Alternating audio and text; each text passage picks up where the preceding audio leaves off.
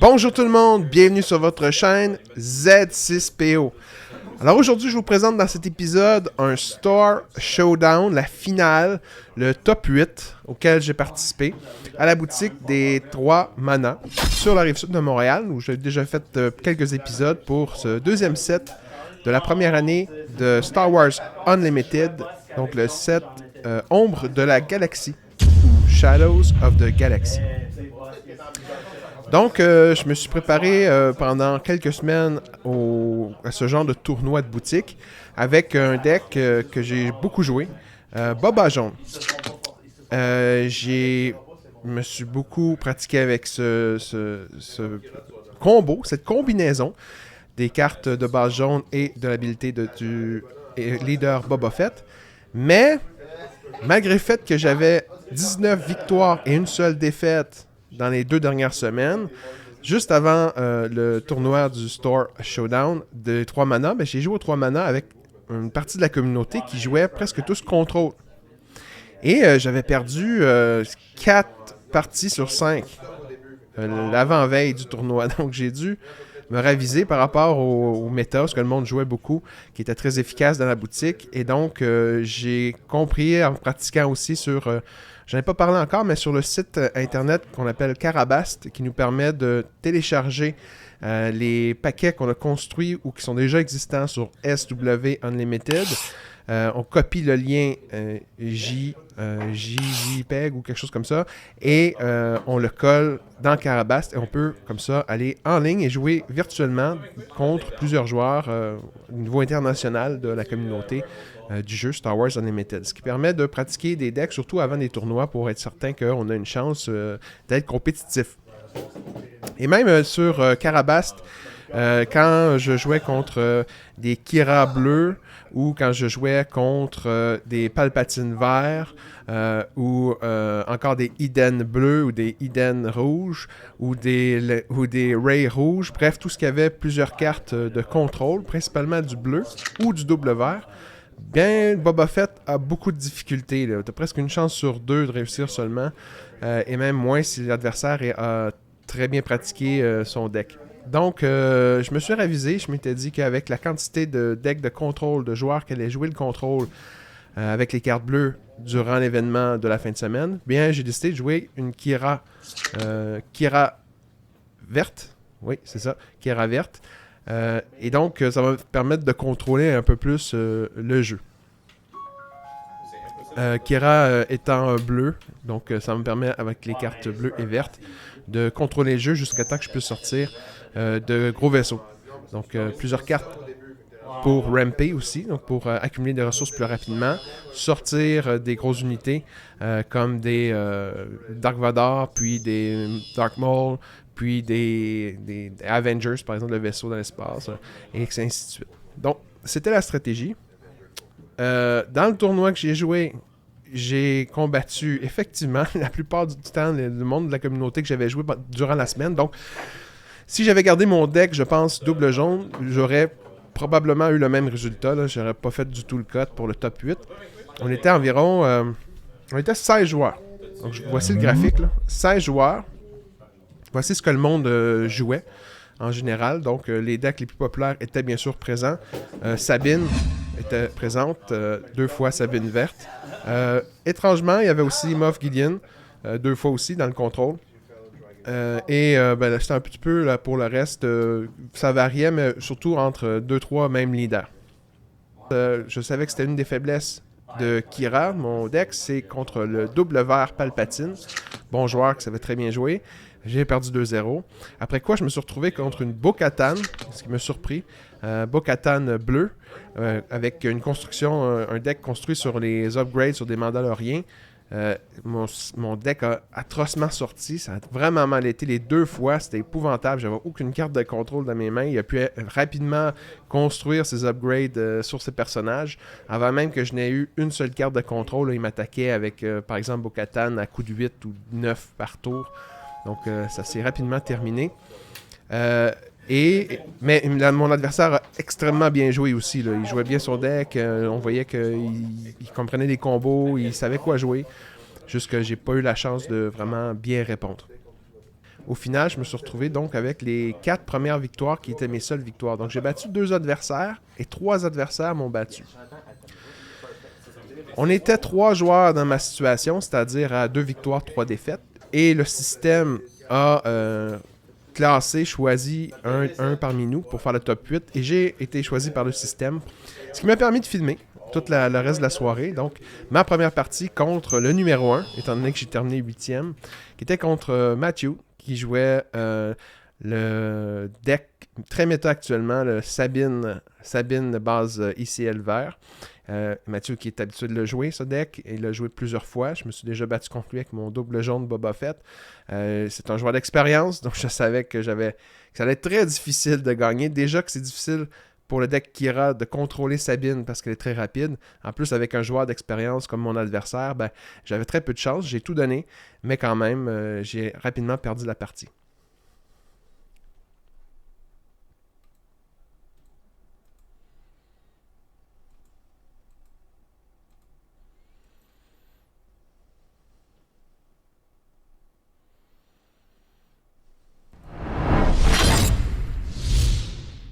Et durant la deuxième partie, comme d'habitude, Sabine s'installe rapidement, elle se donne des bonus avec des cartes qu'une fois jouées permet d'attaquer avec encore plus de dommages.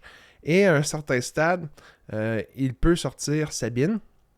Avant que j'ai sorti très peu de choses sur la table pour essayer de ralentir le rythme de Sabine. Et il a réussi à sortir le Dark Saber. Donc, le Dark Saber qui me fait très mal, qui donne des bonus d'attaque à Sabine elle-même. Mais aussi, quand Sabine attaque avec Ketsu en jeu, permet, étant donné que c'est des Mandaloriens, Ketsu et Sabine Unit, permet de donner des jetons d'expérience en plus. Donc, ça va extrêmement vite une fois que le Dark Saber est déployé. C'est la première fois qu'on me jouait le Dark Saber sur Sabine. J'avais déjà joué en ligne, j'avais vu le potentiel. Mais sur le jeu, c'est vraiment dévastateur. Là. Ça fait très mal, c'est très efficace. D'autant plus que quand Sabine de sortir au premier tour et Ketsu deuxième tour, vice-versa, ça permet d'attaquer très rapidement et très fort. Et ces bonus-là finissent par achever ta base avant que tu ne réussisses à faire quoi que ce soit finalement. Alors voilà, victoire de Matthew. J'ai été rapidement évincé du reste du tournoi. J'ai quand même fait le top 8, je suis quand même content. J'ai eu des cartes promo en fonction. C'est pas des très beaux prix, on va se le dire, durant cet événement. C'est déjà drôle de prix, donner des prix qu'on n'utilisera jamais. J'aurais préféré que FFG se force un peu plus pour la réflexion par rapport aux choix de cartes qu'on donne, pour motiver les joueurs à participer à ces événements-là, d'autant plus qu'on est l'été, plusieurs sont en vacances. Donc, pour les attirer en boutique, pour qu'ils se préparent et qu'ils jouent un peu aussi avant l'événement, ça prend des prix alléchants pour attirer justement ces joueurs-là. Peut-être qu'ils changeront ou amélioreront dans les prochains sets, mais dans celui-ci, dans Ombre de Galaxie, les cadeaux, c'était très décevant. Le 3 mana était encore une fois extrêmement généreux. Nous a donné 2 paquets à chaque joueur. L'inscription était de 25$, mais le propriétaire ne savait pas qu'il pouvait faire moins. Il avait compris que c'était 25$, c'est son premier Star Showdown. Donc, il nous a donné 25$ crédit magasin sur le 25$ finalement. Donc, on a un cadeau de la même valeur que ça nous a pris pour l'inscription. Donc, l'inscription nous a techniquement rien coûté, d'autant plus qu'il vend des cartes à l'unité sur son site internet aussi. Donc, on peut réutiliser ces rabais de magasin-là. Et donc, en plus de ce 25$, la boutique 3 Mana nous donnait 2 paquets de cartes. En plus des 2 paquets de cartes, nous donnait à tout le monde la Lady Proxima. Et en plus de ça, faisait tirer les cartes Judge. Regardez ici sur l'écran la quantité de cadeaux que la boutique des 3 Mana donnait, extrêmement généreuse, encore une fois. Tous ces prix donnés aux participants, en plus que techniquement ça ne coûte rien, parce que le 25$ que ça coûtait pour l'événement a été remboursé. Et le propriétaire m'expliquait que le prochain set, le prochain Star Showdown qu'il allait faire avec le prochain set, ce serait probablement gratuit là, à ce moment-là. Donc, encore une fois, 3 Mana, extrêmement généreuse comme boutique. Je vous dis, c'est la place pour les événements que j'ai trouvé le plus intéressant sur la Rive-Sud de Montréal et même à Montréal aussi, là, la place la plus généreuse. Donc, étant donné que j'ai été éliminé rapidement du top 8, mais ça m'a permis de déplacer ma caméra et d'aller filmer la table à côté. Donc, je vais suivre le joueur qui joue le Boba double jaune, bien sûr, parce que c'est mon deck préféré, avec lequel je suis habitué de jouer et lequel j'ai renoncé pour l'événement, et avec l'efficacité avec laquelle il joue le Boba double jaune. Ben, ça m'a fait regretter un peu mon choix. J'aurais dû conserver mon Boba double jaune, quitte à ne pas faire le top 8, mais avoir du plaisir, comme d'habitude, à jouer. Donc ici, il se bat contre un adversaire qui m'a rincé 2-0 préalablement, avant le top 8. Le fameux Palpatine vert. Donc, Palpatine vert, pour son premier round, il devait se battre contre une Kira bleue. Le joueur a abandonné, a quitté. Donc, il a eu un bye finalement. Il n'a pas été obligé de jouer. Il a eu une victoire automatique, le Palpatine vert.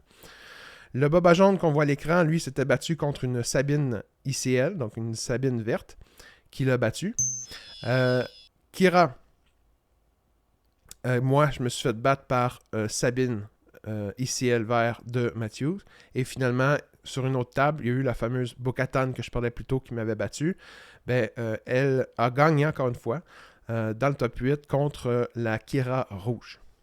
Donc en quart de finale, Palpatine qu'on voit à l'écran vert contre Boba jaune.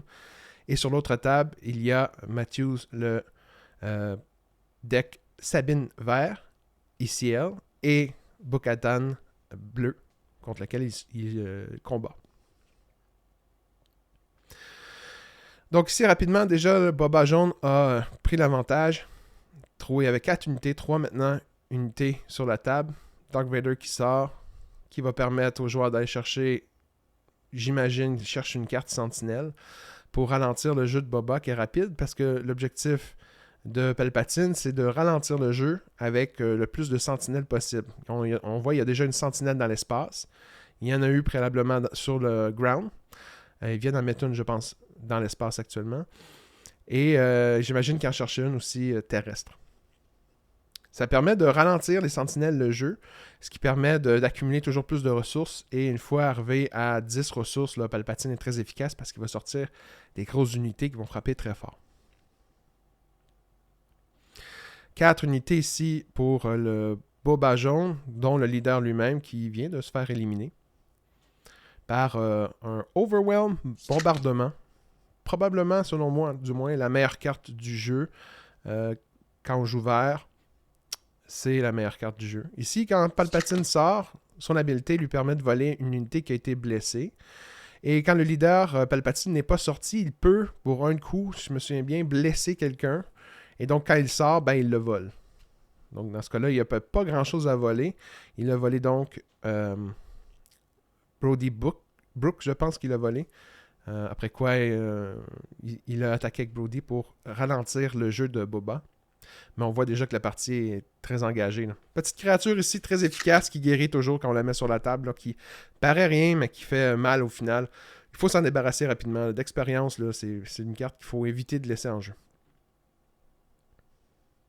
Elle revient ici, encore une fois.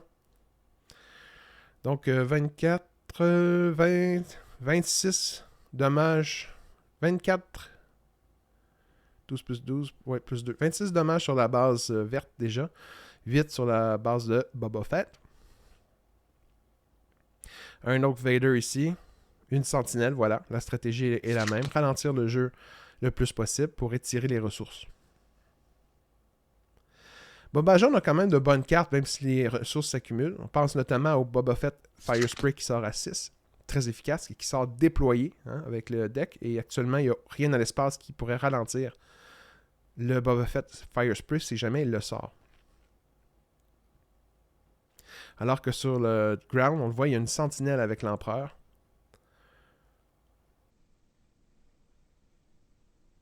Et voilà, il met le Fire Spray. Si son adversaire n'a rien pour bloquer dans l'espace, il a gagné la partie. Calcule les chances qu'il a. Regarde s'il a du smuggle. Il n'a rien, je pense. S'il n'a rien, une attaque à 5 finirait la partie. Et voilà, fin de cette première partie. Deuxième partie. Ici, c'est une carte qui m'a déjà joué aussi contre moi. Cette carte lui permet de regarder dans nos 2 premières ressources en début de partie s'il y a une carte smuggle. Et si jamais il y en a une, comme c'est arrivé, ce qui vient d'arriver, dans nos ressources, il l'élimine, cette carte de ressources, et on la défausse. On pige une nouvelle carte pour la mettre quand même en ressources, mais elle est tapée. Et ça, c'est important, elle est tapée. Donc, vous venez de perdre une ressource. Et la plupart du temps, surtout dans le deck de Boba Fett, à moins d'avoir Greedo dans la main, la plupart de nos cartes du premier tour coûtent 2 de coups. Donc, il vient de complètement neutraliser le premier tour de Boba en lui retirant une ressource, en tapant une ressource parce qu'il avait mis une de ses 2 ressources smuggle. Donc, faites attention quand vous jouez contre Palpatine vert, quand vous avez des cartes smuggle, parce qu'il va ralentir votre jeu, surtout en début de partie, ça peut faire très mal. Ici, Boba Jaune décide d'aller dans l'espace à toute vitesse, étant donné que c'est effectivement une des faiblesses du double vert Palpatine. Il a très peu de cartes dans l'espace en début de partie. Il a une carte sentinelle à 3 exemplaires, mais il faut les trouver. S'il n'en a pas en main, c'est dur de ralentir le jeu. Et donc, il a le Phantom, le TIE Phantom dans l'espace. Le TIE Phantom, qui est la carte mauve qu'on voit là, attaque de 2, raid 2, donc attaque de 4. Donc si on voit ici, il y a 2 TIE Phantom, donc une possibilité de faire 8 dommages, plus le 3 du TIE Defender, donc 11 dommages dans l'espace seulement en ce tour-ci, avec une faible possibilité pour Palpatine de ralentir le jeu.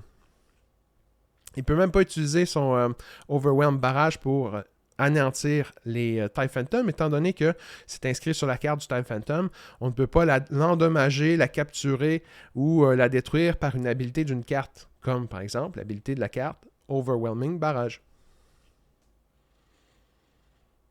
Il y a un bon contrôle ici de la part de Palpatine du côté terrestre. Par contre, dans l'espace, les cartes sont très efficaces et frappent très fort. Ici, il reste, malgré le fait qu'il est très vite dans l'espace avec les TIE Phantom, il est quand même rendu à 25 dommages sur sa base. Et s'il prend l'initiative, Palpatine peut attaquer avec son unité qui a 5-5, là, les pirates, et donc gagner la partie. C'est ce qu'il fait, malgré le fait qu'il avait dans sa main le Fire Spray.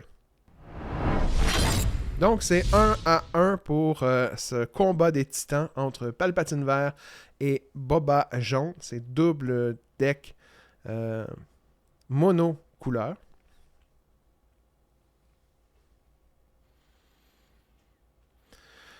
Ici, on se lance sur la terrestre, donc le ground. C'était bien parti pour Boba Fett dans la dernière partie, là, avec les 2 TIE Phantom. Frappait de façon efficace, mais il lui manquait très très peu de dommages. C'était serré. Là. Je pense que c'était à 2 points seulement de proche. Là. C'est le premier qui allait prendre l'initiative finalement. Parce que du côté de Palpatine, les sentinelles vraiment empêchent Boba Fett d'attaquer la base rapidement. Et donc, en se lançant dans l'espace, c'était une bonne stratégie. Malgré tout, il y avait tellement d'unités terrestres, dont une unité à 5 qui est efficace. Boba Fett ne pouvait pas le bloquer, peut-être à moins d'un Cunning. Cunning peut sauver une partie avec le double jaune, parce que Cunning peut taper des cartes qui seraient à mesure d'attaquer efficacement les bases, et donc de ralentir à ce moment-là, du côté jaune aussi, l'adversaire.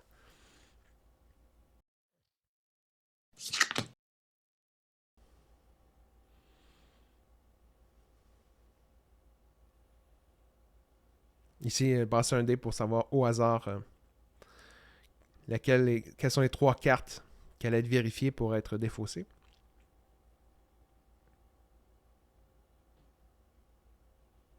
Si jamais ils étaient smuggle. Toro aussi, un personnage intéressant qui, quand on joue des Underworld ou des Bounty, des deux, je me souviens plus, il peut être détapé. Par contre, ici, on met un Traitorous, il le vole. Mais grâce à la carte Cunning, il la reprend. Remet une carte dans la main d'une valeur de Toro. Donc, il a pu reprendre sa carte au lieu que son adversaire la conserve avec Traitorous. Donc, c'est une bonne défense de la part du Boba jaune ici. Cunning lui permet de sauver la mise, ralentit aussi la stratégie de Palpatine, étant donné qu'il a perdu la carte Traitorous et donc le coup aussi. Fin de la partie déjà, extrêmement rapide.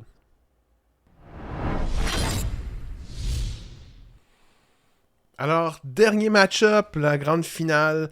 Boba Fett, double jaune contre Sabine. Energy Converter Lab, ICL, qu'on appelle. Base verte qui permet de faire ambush avec une unité qui vaut 6, qui attaque de 6 et moins. Ce qui est le cas de la plupart des unités dans le deck de Sabine, notamment avec le nouveau set Ombre de la Galaxie, avec des cartes très fortes comme Poe Dameron qui peut arriver en ambush, ou encore mieux, Gregor. Ici, il utilise en partant un Probe Droid qui lui permet de voir la main de son adversaire. C'est une excellente carte à mettre sur le ground. Le Marine qui fait 3-3. Et grâce au deuxième tour au X-Wing qui lui permet, Wing Leader, de donner 2 d'expérience, ben, il attaque de 5 en commençant la partie.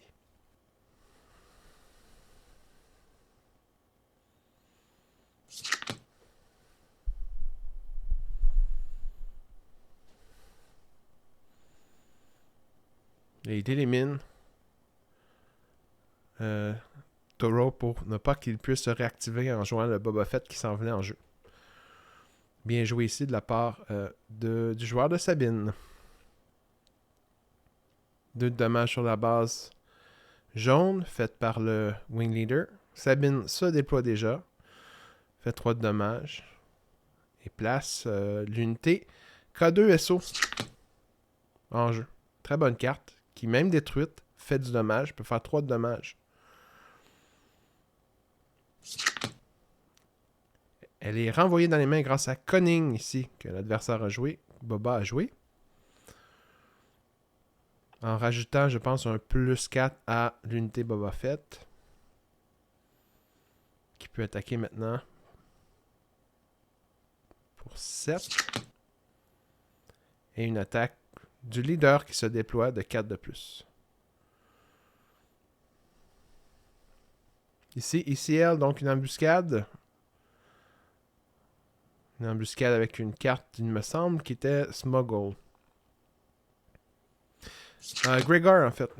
Gregor est sorti en embuscade, donc une fois sorti, il fait 5 de dommages, il peut les distribuer comme il veut. Donc, on a nettoyé quand même la table de Boba Fett pour bien s'installer. Donc, un avantage grâce à Gregor du côté de Sabine ici. Malgré le fait que Boba Fett n'a 7 dommages seulement sur la base, alors que la base verte de Sabine a déjà 13 dommages dessus. Gregor frappe de 7, donc rattrape vite son retard. On est rendu à 14 dommages sur la base jaune. Greedo ici. Donc les adversaires ne semblent pas vouloir s'éliminer des cartes. Ah, ici, Poe Dameron qui sort grâce à Timely Intervention. Donc il peut être en embuscade. Et donc grâce à l'habilité de Poe, en défaussant des cartes, ben, il distribue le dommage et élimine les cartes qui sont sur la table du côté de Boba Fett pour contrôler absolument le jeu. Là, vous avez Gregor qui attaque à 7 et Poe qui peut attaquer à 8 au prochain cours. Donc, juste ces 2 cartes-là lui permettraient de gagner la partie. Parce que l'adversaire a déjà 15 dommages, 14 dommages de son côté. Sur la base jaune. 16 dommages. Donc avec Poe et Gregor, il peut rapidement se rendre à 30 dommages et remporter la partie. Alors que juste Brooke du côté de Boba jaune. C'est ce que je vous disais, des cartes très efficaces dans le nouveau deck de Sabine, Gregor et Poe. En plus avec un Lieutenant qui lui permet de faire plus 3 à l'attaque. Fleet Lieutenant. Avec un K2SO. Donc c'est vraiment une fin de partie. Il n'y a plus rien à faire, je pense, du côté de Boba. Fin de cette première partie. Deuxième partie de cette finale endiablée. Cette finale de double jaune Boba Fett contre Sabine, base verte, ICL. Energy Conversion Lab. Qui permet, je le répète, de faire embuscade avec des cartes qui attaquent de 6 et moins. Des cartes comme Poe Dameron, qui peut en attaquant défausser une carte pour faire 8 au final. Ou Gregor, qui oui, valeur de 6, mais peut attaquer de 7 et faire 5 de dommages en plus répartis sur la table. Donc, c'est extrêmement bonne carte à jouer avec les nouveaux combos de cartes rouges dans le deck de Sabine Héros.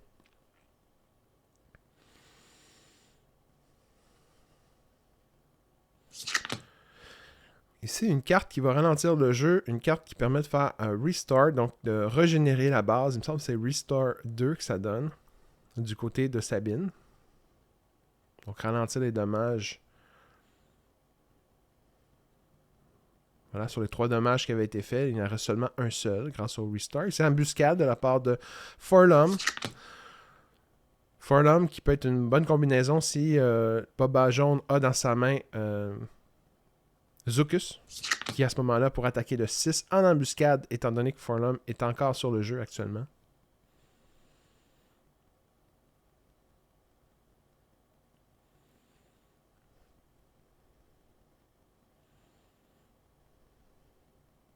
Bonne carte ici. Sentinelle dans l'espace du côté de Sabine. Sabine qui se déploie en plus de son côté. Donc va ralentir le jeu de Boba Fett encore une fois. Et, en attendant de s'installer avec de bonnes cartes et sûrement utiliser sa base pour faire une embuscade. Ici, il avait dans sa main le fameux Zucus. Donc il a pu faire cette combinaison avec une embuscade de Zucus. Le Fleet Lieutenant de Sabine permet de faire une attaque de plus 3 dans l'espace avec Bright Hope, je pense. Une Sabine ici qui est déployée.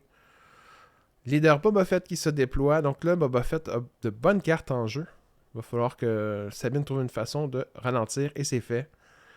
Avec Gregor qui sort en embuscade avec la base. Tue tout ce qu'il y a sur la table. Et s'en sort seulement avec 4 dommages. Très, très, très bonne carte, là. Boba était si bien positionné. Avec une seule carte, Gregor qui sort comme ça, ça permet de contrôler le jeu. Ici, dans l'espace, le Fett Fire Spray, très bonne carte, la meilleure sûrement du deck Boba Jaune, est sortie en jeu. Possibilité de 5 de dommages, mais il y a encore la Sentinelle qui ralentit complètement du côté de l'espace le jeu. Et donc, Sabine en profite du côté terrestre pour rapidement accumuler les dommages.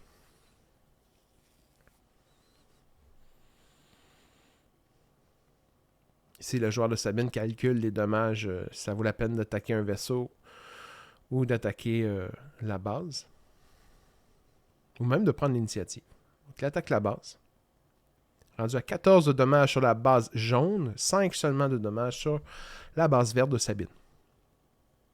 Les 2 leaders sont sortis déjà. On est rendu à 6 ressources chez les 2 joueurs.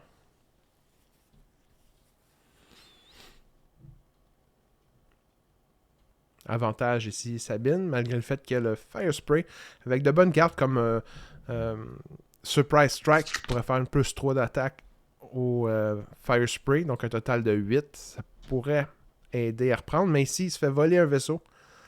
Le mercenaire flagship se fait voler. On peut toujours voler ce vaisseau à son adversaire si on paye 4 de ressources, ce qui a été fait du côté de Sabine. Il lui reste que le Fire Spray qui attaque d'ailleurs pour 5 de dommages supplémentaires. Alors que de son côté, la base jaune accumule rapidement les dommages. Il est déjà rendu à 17. Donc 13 de dommages. 13 suffisent pour gagner le tournoi Star Showdown du 3 mana pour Sabine. Ici, Gregor est emprisonné grâce à l'événement No Good to Me Dead qui le gèle pour 2 tours. Attaque ici du mercenaire. Renvoie des cartes. Essaie de ralentir du côté ici de Boba Fett en renvoyant des cartes de la main grâce au Bantina Bouncer. Cantina Bouncer.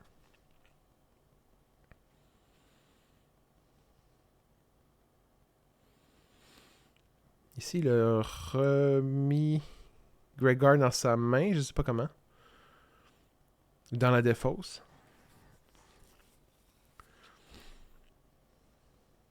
Red Tree ici qui va permettre de donner raid à toutes les unités héros à l'attaque. Il reste seulement 10 points de vie sur la base jaune et 12 points de vie sur la base verte. C'est assez serré encore pour l'instant. Waylay ici. Il y a toujours la sentinelle qui empêche le Fire Spray d'intervenir. Qui le bloque complètement ici.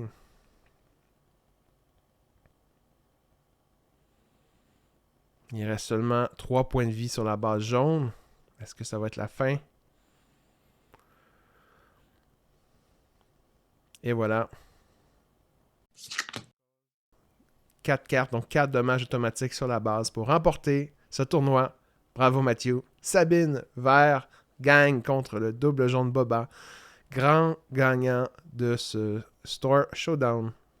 Félicitations à vous deux. Et surtout félicitations au joueur Mathieu avec son deck Sabine Vert. Alors, c'est ce qui conclut l'épisode d'aujourd'hui. J'espère que vous avez apprécié. C'était vraiment un format rapide. C'était pour vous présenter un peu ce qui se joue actuellement dans les magasins pour les tournois. Pour ce set Ombre de la Galaxie. Et sur ce, je vous dis que les probabilités soient avec vous. Au revoir.